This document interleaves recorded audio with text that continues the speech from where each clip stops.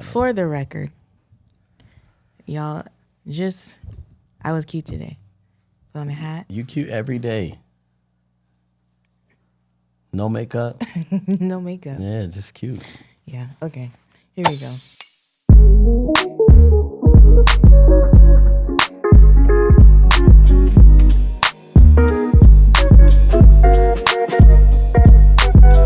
Hello, my name is Mrs. Melanin. And I'm BELEAF Mel. And we're here with episode 153 of How Married Are You? My name is BELEAF, this is Yvette, and we've been married 12 years. In California, we got four kids. kids. Relationships scary, it's very necessary. We share our love and struggles. We ask how married are you? Every Tuesday and Thursday. Hey, let me listen in, you're in a wedding party. It's okay if you want to put your hands up. You got the questions, we got the answers. It's chocolate baby story time. Chocolate baby story time. It's chocolate baby story time. 1, 2, 3, and it's chocolate baby story time. you have anything? Something? I'll tell you this. I do have one, but go ahead. I cleaned the kids' bathroom this weekend. Nasty. Okay? Nasty. And I don't really call things nasty, but it was nasty. And then after I finish, because like what I do is I take everything out, I clean it, and then I let it sit for a second. And it was quiet time. I heard Theo and Ryan walk out, and they go, "Are we moving?" They were like, "It looks like the bathroom has never been used. Are we moving out?" And they were like, well, "Let's check the drawers," and all their drawers were still full. And he was like, "Oh, okay." But yeah, they were really excited to see their clean bathrooms this week. And that's really funny. So last week it was raining. It's been raining in California. It's crazy. So I was been parking on the curb, right? And it was a Wednesday, and I was upstairs, and I heard the curbside cleaner. The curbside cleaner comes every, I don't know. And then I jet. I think I was even in the middle of recording content or something too. And I just ran. I would love to see that video. I just ran and got the car and moved it into the driveway. Mind you, the street sweeper had already come. So I was like, oh shoot, I'm about to get a ticket. The ticket man was next. But the ticket man was right there. As I was literally pulling into my driveway, the ticket man was coming like this. I was like, please don't stop, please don't stop. And he kept going. Well, I get back inside the house, and Raya goes, "Did you get a ticket?" And I was like, "No." And then he goes, "But you deserve a ticket." And I was like, "Yeah, but I didn't get a ticket."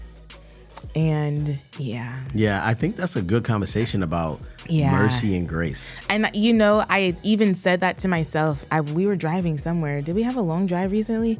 But I was driving somewhere, and I was like, I missed an opportunity right there. And I think there's still an opportunity for me to kind of go back there. But there's often times that he gets away with something and I don't catch him, but he deserved to get in trouble. You know what I mean? Yeah, he deserves stuff all the time. There's a whole conversation about grace there, because that man sure did just keep on driving. But he got somebody else, which is sad. But yeah, I did deserve that ticket. Man, shout out to everybody in those neighborhoods where the street sweeper comes and everybody just comes out starting, does a whistle, and everybody moves. Is that a thing? Oh, absolutely. Some neighborhoods, they just they sit there and they wait for the street in the car. Yeah, and they just go to the other side, and then they go to the other side and get their parking spot back. That's what everybody does down by the apartments. Yeah, by the apartments they do that. Especially during winter break or summertime stuff. I've never heard them whistle, but I do see them out there and you ain't gonna give me a ticket today. When we was over there shooting our short film at Dom and Diana's house, that's what happened. Really? Yeah, we were shooting it, and our lighting truck pulled up and all that stuff, and then all of a sudden, all the cars just started moving, and I was like, "What in the heck is going on?" And they were like, "Wait," and everybody it was wild. That's so dope. Yeah, that's what you're supposed to do. Look out for each other. Yeah, love thy neighbor. Yeah. All right, y'all. So I think emails are supposed to be on Tuesdays, but this was a really meaty email that I felt like could take a whole episode. And so we're definitely... And it's a potential argument, so, you guys get ready. Babe, It's not a potential We argument. had a conversation before this recording that says, how are we going to avoid any potential arguments? And now you coming on here talking about potential argument. Anywho, I'm not going to say any names. Oh, she said her name, but none of those. She is. Explain the backstory just a little bit. Can I just read it and let her explain it? Okay. I don't really do good summarizing. Okay. All right. Hi, Yvette and Believe. To start, thank you for offering your presence online. I'm a single mother who didn't grow up with my mother. I grew up with my father and stepmom, who were both very distant at times and lacked vulnerability. So I'm very much learning through you both on how to be a mother/parent. You are the ones I think of whenever I have a question. What would Yvette or Belief do? Oh, That is really sweet. Sweet. She says that she can relate to Yvette, so maybe this is a question for Yvette because she relates to my upbringing in a sense. And Belief, I'd love your input as well. Oh, thanks. All right, a little backstory. So I was raised pretty sheltered to an extent. I grew up in the church from birth and went faithfully every week, sometimes twice a week. But when I graduated high school, I left church due to not feeling connected to its messaging and didn't turn back to Christianity until this year at 32 years old. I'm at a point in life where I'm coming back to myself. I've built a connection with Jesus and finally feel like I understand him and his word. I've also done a great deal of healing from childhood trauma, so much so that while I resisted relationships in the past, I finally feel ready for a long-term commitment. However, because my dad was so strict and controlling growing up, in addition to experiencing terrible relationships in my 20s, I'm caught in between wanting to experience a healthy long-term partnership and wanting to be single, free, and not tied down in any way. The reason being, I don't want anyone to have control over me and prefer not to be submissive to a man. I've seen women who let go of their autonomy and how it affects them and the trajectory of their lives. It often stunts their growth while advancing the man's. I was that woman in a few of my relationships, and it scares me that allowing the man to lead means giving the trajectory of my life away to a person who may or may not decide to go in a direction that's best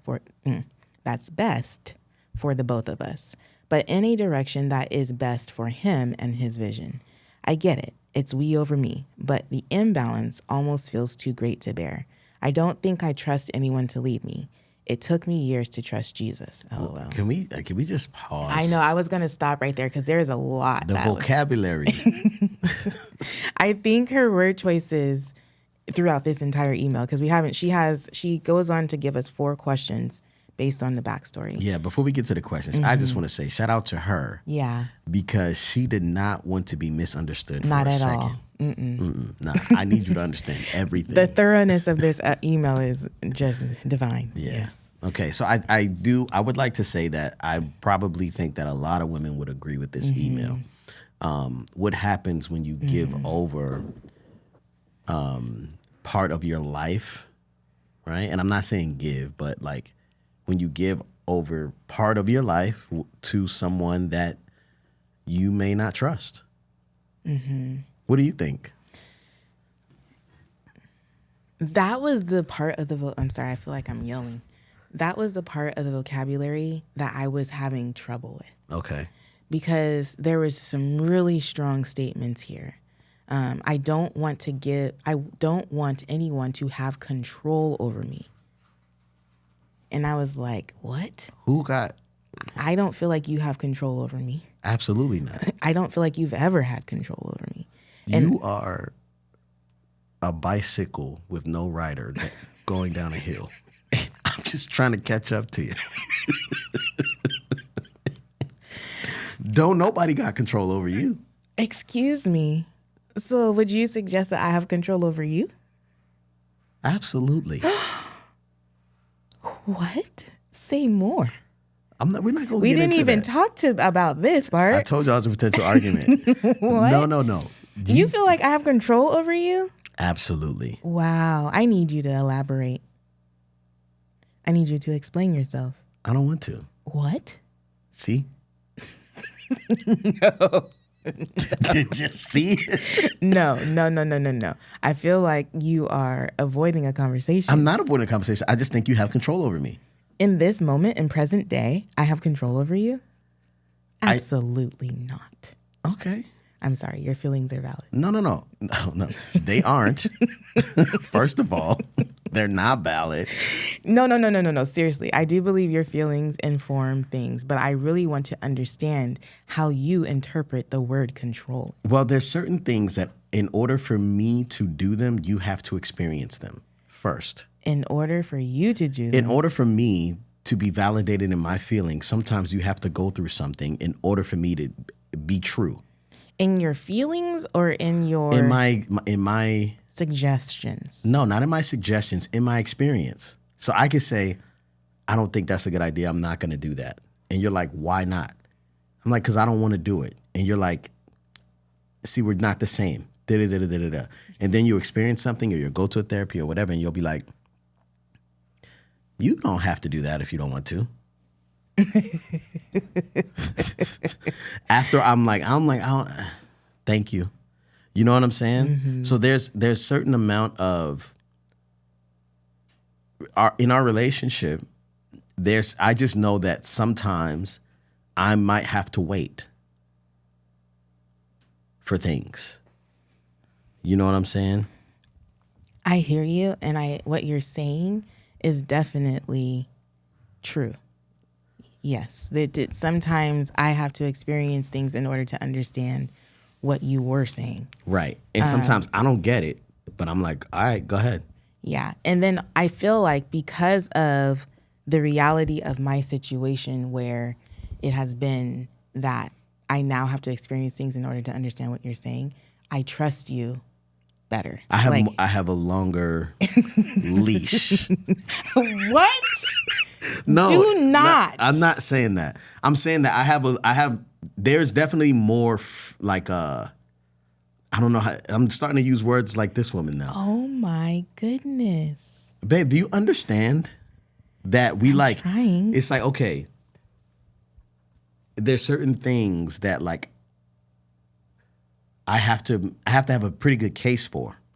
You know what I'm saying? Nowadays, I think you are, even the situation that happened of March 10th last year, we had something happen. And I was so like adamant about my feelings. I told you everything I believed, right? And you were like, I am not there with you, right? And you looking for a calendar? Like what happened, March? Oh, so dang, that was a date. Yeah, so I experienced what I experienced, and you weren't even on board with me until after I like broke down.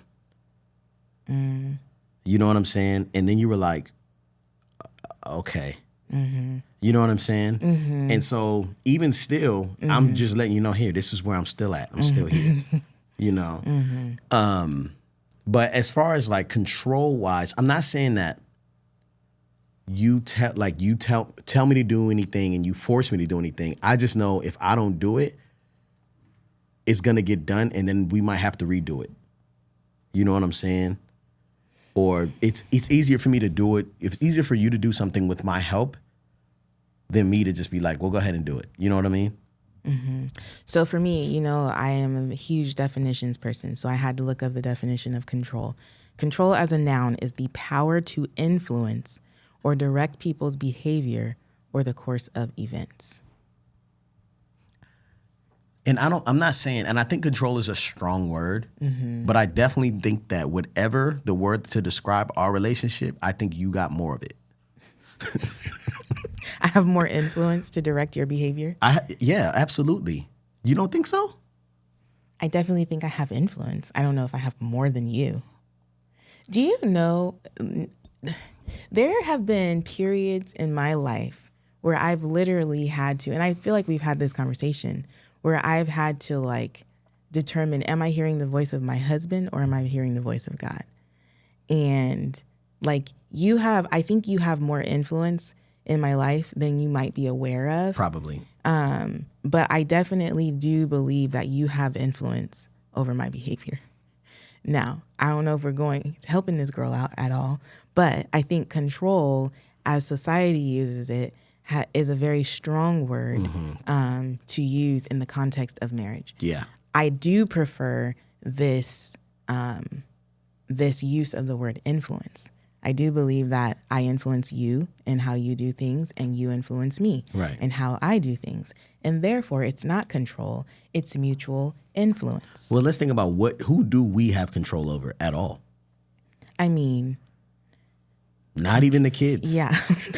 I was going to say my kids, and now I was like, I don't know. No, they do what they want to do. Yeah. Sometimes they listen to us, and most of the time, they do what they want. Yeah, and so I think when it comes to the use of that word in a relationship, in marriage, is that it's not necessarily that someone is controlling you, but you do have this person who is a dominant presence in your life and has a significant amount of influence on how you move through life. And that's just how it is, because you have decided to partner with said person in order to move down this thing called life. And so I don't want you to feel like you're giving up control, because ultimately you have control over what you do and how you respond to that influence. But here's the thing. It's like there's certain things that I don't do, right? Yes. But there's things that you do. Okay? So that means we do those things. What? Okay. And there's certain things that you don't do, but I do. And because of that, we do those things. Examples, bro. Okay, like, so serving at the church. I'm like, yo, we're going to be greeters. Oh, my God. See? Sorry, Lord. That was the Forgive me. response that Yvette said. I'm not doing it. I did it. I said, we are going to serve in some form or fashion. Let's just serve here. I'm already on the team. Just come join me. Y'all, let me just tell you why that was like the worst ministry for me to serve in. Because, you know, at the point in the church service when the pastor is like, greet your neighbor, I always got to go to the bathroom at that time. Every single time. Or she takes the kids to the bathroom. Yeah. It never somebody got to fails. go to the bathroom. I got you. Let's go. Yeah, this is the person who wants friends, y'all. Remember that. I just think it's wrong. Don't force me to get up and like shake somebody's hand that I don't want to shake. Yeah, and I think that's crazy because we go to a non-denominational church, which means that it's kind of diverse, but not really. No. But when you go to a black church, they literally sing you a song and all come greet you and ask you where you're from and give you a microphone, and you have a script and speech that you're supposed to say that I never heard of. You know what's funny about that is I think because I grew up in that environment with those people, it was a nice opportunity to be able to like greet everybody that I was seeing across the pews that I might not get to greet after church, or that I didn't get to greet before church. Yeah. So it was more like a people. family reunion. But the new people, I could see how that would be uncomfortable. But these It is the non-denominational worst feeling churches have ever. too many people in them. And you know what's crazy about those same churches is that the lights are on 100%. You can see everybody, and everyone's looking at you, get all nervous about to pee yourself. I hate it. Goodness gracious. That is hilarious because that's true. Yeah. It's bright as I don't know what in them churches. But anyways, let's get back on topic. Okay, so I get it. And then wait, what's an example of me? So like parties. Oh. I don't do that. But because you do them, we do them. Mm-hmm. Okay. Get down and lay down. No. You help me. Or I'm going to do it myself. I'm going to do it myself. And then I'm going to be exhausted. But don't ask me for nothing tomorrow. Because I'm going to be in the bed recovering from what I had to do by myself yesterday. Whatever. Okay. All right. So we're there. Okay. So we're not saying that it's controlling. Mm-hmm. And I think we're going to cover this more in the questions. Mm-hmm. But yeah. Yeah. And then she said, and then there was another phrase that she used. She said, let go of their autonomy and how it affects them and the trajectory of their life. Okay, so now, go ahead. I'm sorry. Go ahead. Okay, so I just want to say something. Quick plug. Our e-course. Yeah, I was thinking the premarital advantage. We talked about individual and combined goals, which people do not talk about before they get married. I think that this person here, we should just give her the e-course. That's actually a good idea. Okay. one thing. First of all, thank you so much for sending your email to Yvette, because we all know you ain't send that to me. So the email was so good, and we do think it'll be beneficial for you. So we'd love to gift you the premarital course. Premarital advantage. Yeah. And so we're going to do that because the part just on individual and combined goals, I think is going to be really important for you. Yeah. You're not giving away your autonomy, but go ahead, babe. I know you were going to say something. No, I was just looking up the definition of autonomy. The definition of autonomy is the right or condition of self-government. And so then I looked up self-government, and self-government is the government of a country by its own people, especially after having been in a colony. Yeah, my wife doesn't do what I tell her to do. Okay, go ahead. No, I don't. I mean, I consider I don't feel like you're telling me to do something. I feel like it's more of a request. Am I wrong? I don't be requesting. I just be like, all right, so what do you mean? Like, give me an example of something I've told you to do. Told me to do. Yeah. He had me edit the podcast back in the day. Back in the day. Mm-hmm. Right. And that was one of the things that, what are you shaking your head for? Because there was a reason. There was a reason why. Yeah. And so him inviting me, I don't know if you invited me. I don't remember how it happened. Do you remember how it happened? Did you just tell me to do it? No, there was you were asking for a lot. And the thing is about, excuse me, sometimes with Yvette is that she'll say something not understanding the cost of it. So because I'm saying I don't want to do that, it makes it seem like I'm not on board or like I don't care or something like that. So I say, okay, well, you do it. Mm-hmm. And then the lights are on in the church. She's been exposed to everything it costs. So I'm more just like, I just want you to know what it costs. So that way, even the way we communicate with our employees changes when you've been in the seat. Mm-hmm. You know what I'm saying? You've been in the editor's chair. Because you know what's realistic and what's not. Yeah, very true. Yeah, I don't know. Okay. All right. But I do believe that who you choose does change the trajectory of your life. That is why it's important to choose well. Again, we talk about this in the premarital advantage. But yeah. Okay, and one more thing. Okay.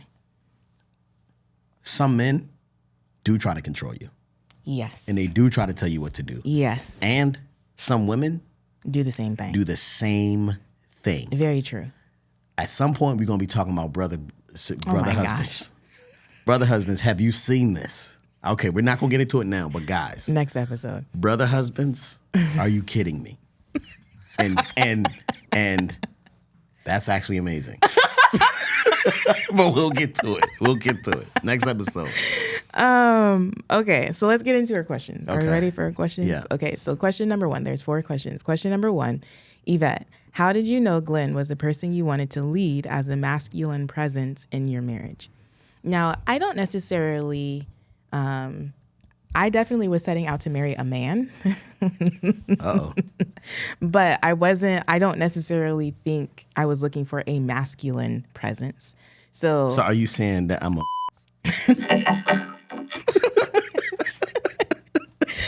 What? No. I didn't curse, but go ahead.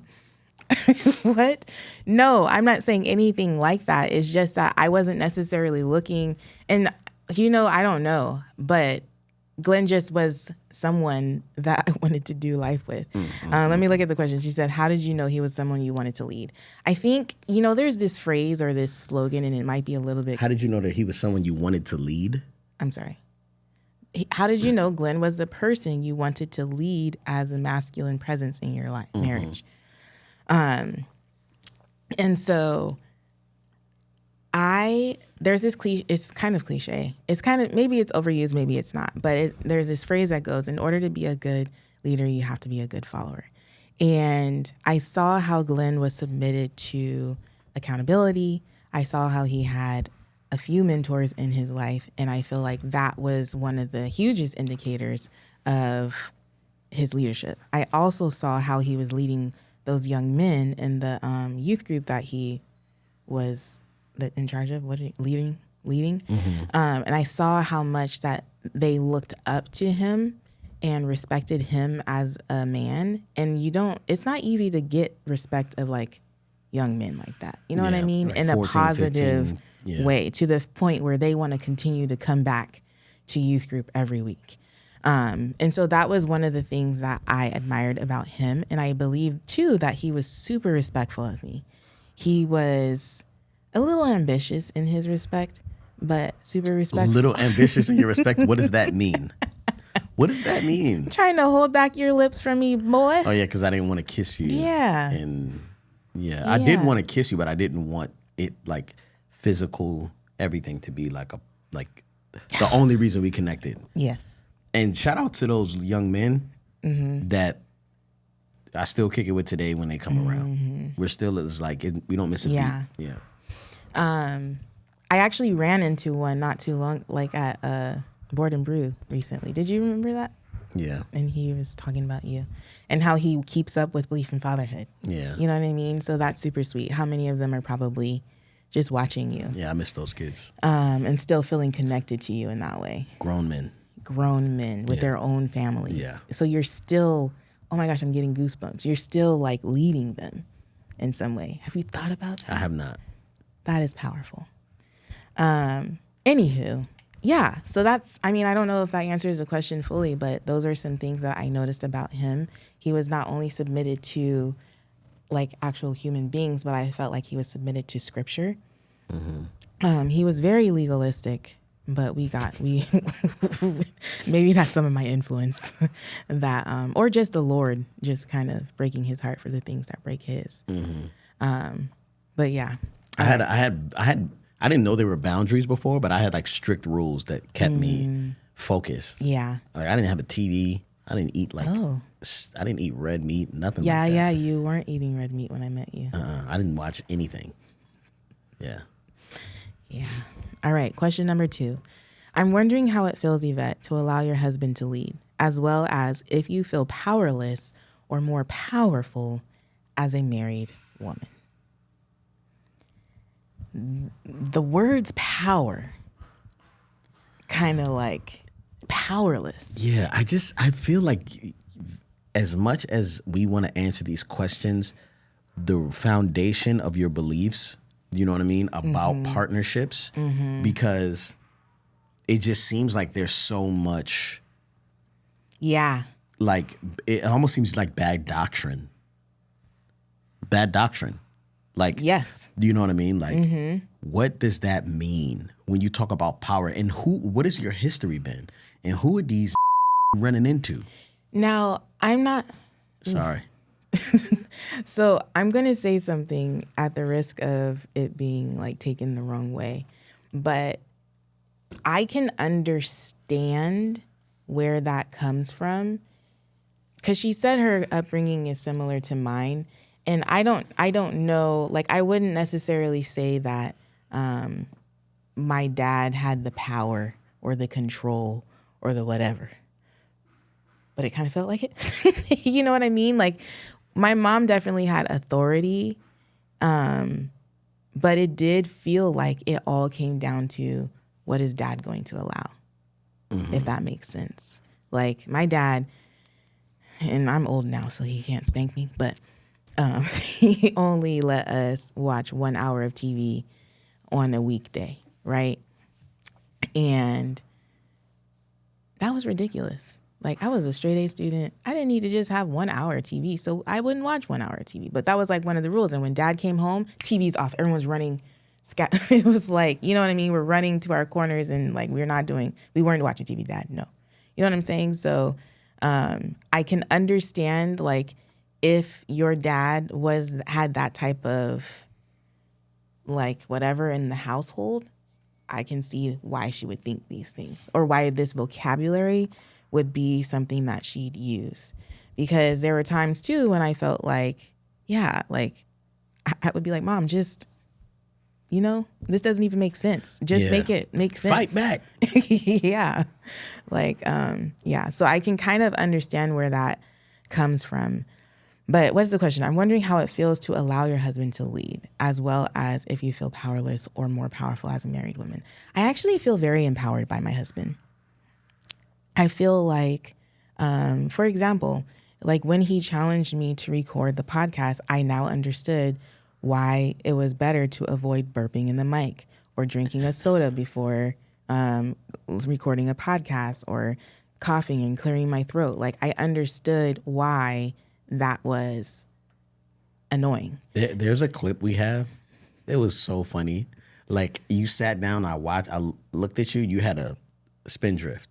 And I was like, you finna drink that? And you were like, yeah. And then you go, just edit it out.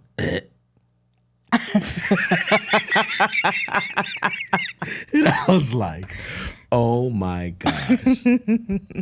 Yeah, but like, if you choose well, if you have the right foundation, you will not feel powerless, you will feel empowered. And I hope that the same is true for my husband. I hope that by being in a relationship with me, he feels empowered to be able to like move and do the things that he needs to do in order to complete the mission or to fulfill the path toward our mission.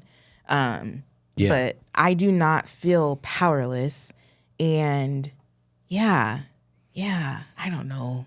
I just am sad. Yeah, I'm sad for her. I am sad because I feel like you haven't had a healthy example of a good marriage and relationship. And I so want that for you.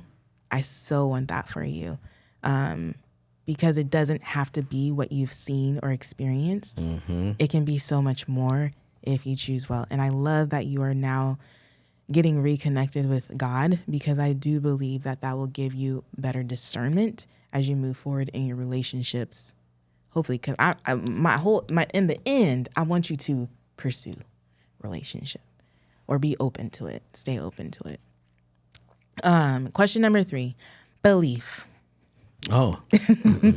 I know you take pride in leading your family and you do an amazing job. Do you feel that you're leading the family? Do you feel that you're leading the family in the direction of your vision or the vision of both you and Yvette? I'm submitted not only to Yvette and God and Yvette, I'm also submitted to the children, right? So when we talk about leading, we are talking about, like, you can't lead only from the front. Like, you have to go back and see where everybody is. And if we're in a position where, you know, YouTube is like the worst thing that we could be doing, you know what I mean? Then we would have to not do that, you know? Here's another thing. It's like, as far as vision is concerned, my only goal is peace. Like, I want peace of mind. That's the only thing. And nothing conflicts with that. And if it does, then I feel like the problem is not just, it's not within me. You know what I'm saying? Like, it might be within some of the people I'm around. So my vision is, I'm not, and I think people just have a little bit of like, they don't know me that well. So they assume I'm like super ambitious and 100% focused on my goal and my intention, and I have to work all the time because we need to win. I'm not like that. Like, I just know that we both have desires. We both have made them known to one another, and we are helping each other get to the intended place. Yeah. And I'm not focused on my vision. I'm focused on our vision.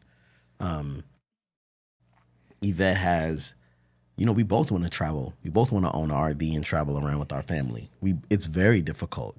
We had a lot of hard, intense fun last time we did that trip.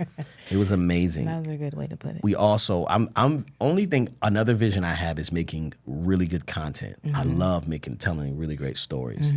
And so, yeah, I'm not sure that I'm focused only on my vision, but I'm very strict on holding Yvette and myself accountable to what we said we were going to do. Right? So sometimes, like we'll talk about later, there's a detour, you know what I'm saying, that I'm not necessarily always up for, you know? And I think that's where it looks like, well, you just trying to, why can't she do that if she wants to do that? It's like the same way I can't just stop doing what I'm doing because I made a commitment, so. Yeah. Okay. The last question says, Yvette, do you feel that your personal needs get put on the back burner for Glenn's vision for the family? I know you mentioned before that you're still figuring out what you want to do in life. Will your vision be a priority even if it doesn't align with the family business? For example, you mentioned wanting to support a teacher in need in a previous podcast, and the idea was shut down due to the family and homeschool being first priority. I could tell you were so excited while talking about it, but that excitement went away when the conversation switched to needing to stay focused. This is what I'm afraid of. It seems like allowing someone to lead ultimately results in someone losing what could ultimately bring them joy. Maybe losing individuality in exchange for a unison vision is the dilemma. And so I do not feel like my personal needs get put on the back burner. I feel like in any relationship, there's a give and take. I feel like even like, let's just remove Glenn from the picture, right? Let's remove Glenn from the picture. If I wanted to be, my previous career was I was a teacher, a math teacher. And some thoughts I had were moving me towards administration, right? To becoming an administrator, which in hindsight, I'm like, why the heck did I want to do that? But like that, that was something that I had thought I wanted to do. And so in order to reach that goal, there would be things that I have to do. There would be classes that I would have to take. There would have to be roles I would have to participate in order to show that I have what it takes to be an administrator someday. So no matter what goal or mission you're moving toward, there's always going to be things that you have to give up in order to make sure that you're pushing yourself forward toward the mark. And so I feel like when we are in relationship, we get a vision. There's a vision that is cast. And as a partnership, especially with children, you have something that you are both working toward for this sake of the family. And so I don't feel like my personal needs have been put on the back burner. I do feel like it is a responsibility of mine to make sacrifices in order to propel us forward. And then as far as the example that you mentioned, that is so important. I feel like Glenn was right.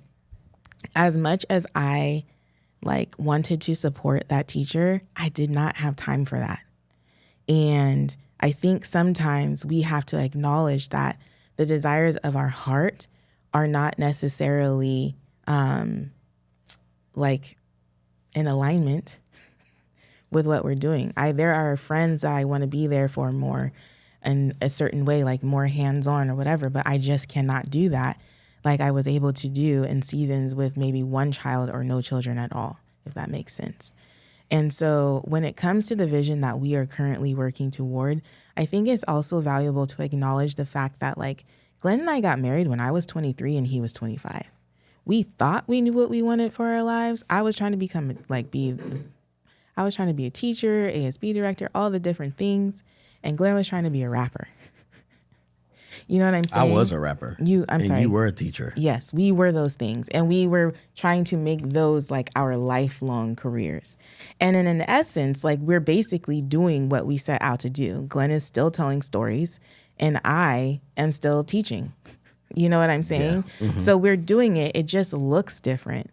And when Glenn first started doing Belief in Fatherhood, I didn't want nothing to do with it. I didn't understand why you put your business out there like that. I just was so confused. And then time passed and the Lord softened my heart and I got to see how people were engaging with the content and I got to see the value of it. And I got to see the privilege that I was living with as far as having examples of Black families in my life and being able to see what I thought was healthy things in my life. And other people don't get to see that. And so when I saw that for Glenn and I got a glimpse of what his work was doing for the better good of not just people, but for the world, I really do believe that we are impacting the world one family at a time, one individual at a time. And my vision kind of started to become in alignment with my husband's. And it has become in alignment with my husband's. And so we now, I feel like, better understand our position and our roles in getting us there. And in this season, I am a homeschooling mother of 4 who primarily is at home, but also supports on the business side of things as well. And so these extra miscellaneous things that I want to do are not necessarily beneficial to the well-being of my family unit. You know what I'm saying?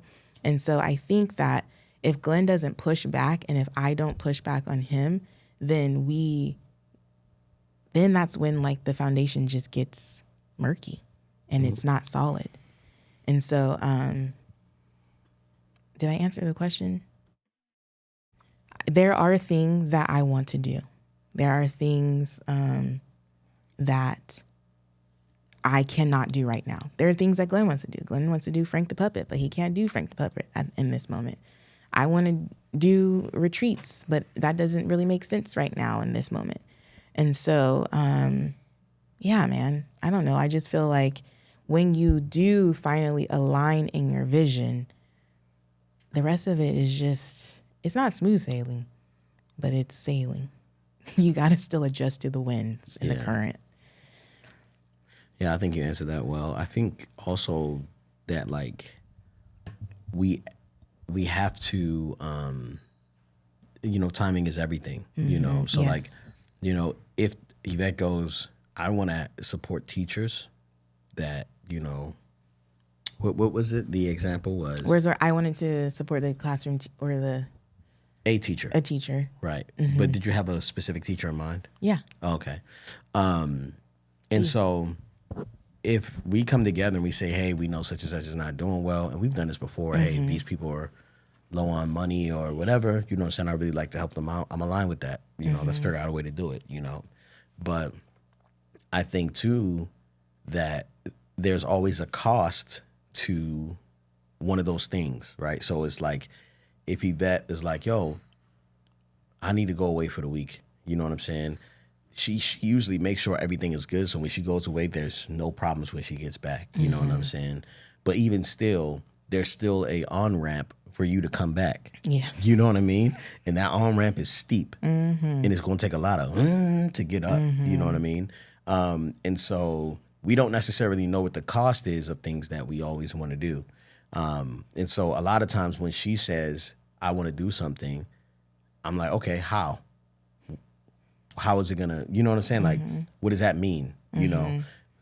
I tell you a pretty prime example. Lily, the dog. We wanted to get the dog. I wanted the dog, but I didn't want a dog, right? Because I was like, I know what comes with a dog. Yeah. So, and the kids were like, we want a dog. And I was like, cool. Yvette, you swipe the card. Because I want to make sure that this was not me. You swipe it. Now we got the dog. Dog is fine. Dog's doing great. I don't want the dog. Yvette don't want the dog. The dog is a lot. I knew the dog was a lot. But I also know that, like, sometimes Yvette wants a baby. Bad. She wants a baby so bad. I'm not the only one. What does that mean? I want a baby too. Theo is the main one that doesn't want a baby. The other day he confessed that he wants a sister. He wants another baby sister. Oh, yeah. That is so cute. Isn't that so sweet? And it almost made me want to say, okay, Glenn, go get your vasectomy reversed. Control. Think about that statement. No. Hey, let them flip your balls inside out. Flip, flop, flip, flop, flip. Why would you even think that? Oh my God. See, now we get it. But like, I know what's going to cost for us to have another baby. Yeah. What it's going to take and how much weight I'm going to gain. Like, I do not want to go through that experience. What are you doing? I'm just listening for Uzi. And so, like, I'm not there with you. I don't want another baby. We need a new house. We need a new car. Yeah. We need to. I don't want another baby. And we could do it. We could totally do it. Now, if you're down to adopt, yes, in a few years, then we would be down for that. You know what I'm saying? I would be down for that. A baby. I wasn't always down for that. I don't know about a baby, but it needs to be a baby.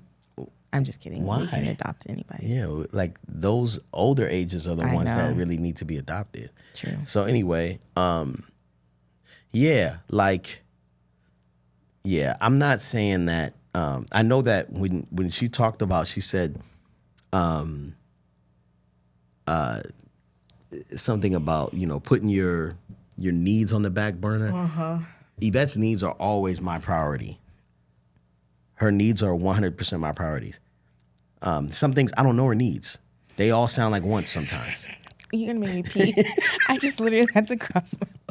But wait. The other thing I wanted to say about that is communication is key, because I feel like I've gotten better at expressing my needs. Like at the end of last year, I was like, babe, I'm gonna need to get away every quarter. I even had like a suggestion of what that looked like, even not just for me, because I value it for him too, and I know that it's valuable for him. It's very important for us to be able to communicate our needs. I think at that point, you do need to have a little bit of autonomy over what you need. I think that is something that a lot of women, our therapist has talked about it. It's like you're playing the martyr. Like that is not necessarily your responsibility. You know, like that's not admirable. Yeah. You need to make sure that you are having your needs met. Yeah, I think too,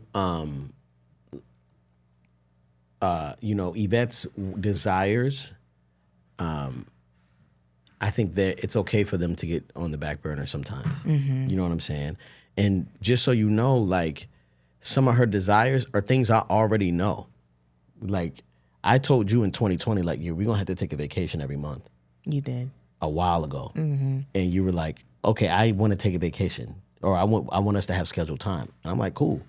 You know what I'm saying? I already knew it was coming. I didn't have any plan for it, but I already knew based on like just how much time we spend with our children, how much time we spend at work and what we do, we need a reconnection period every month. It has to happen. You know what I'm saying? That needs to be the goal going forward.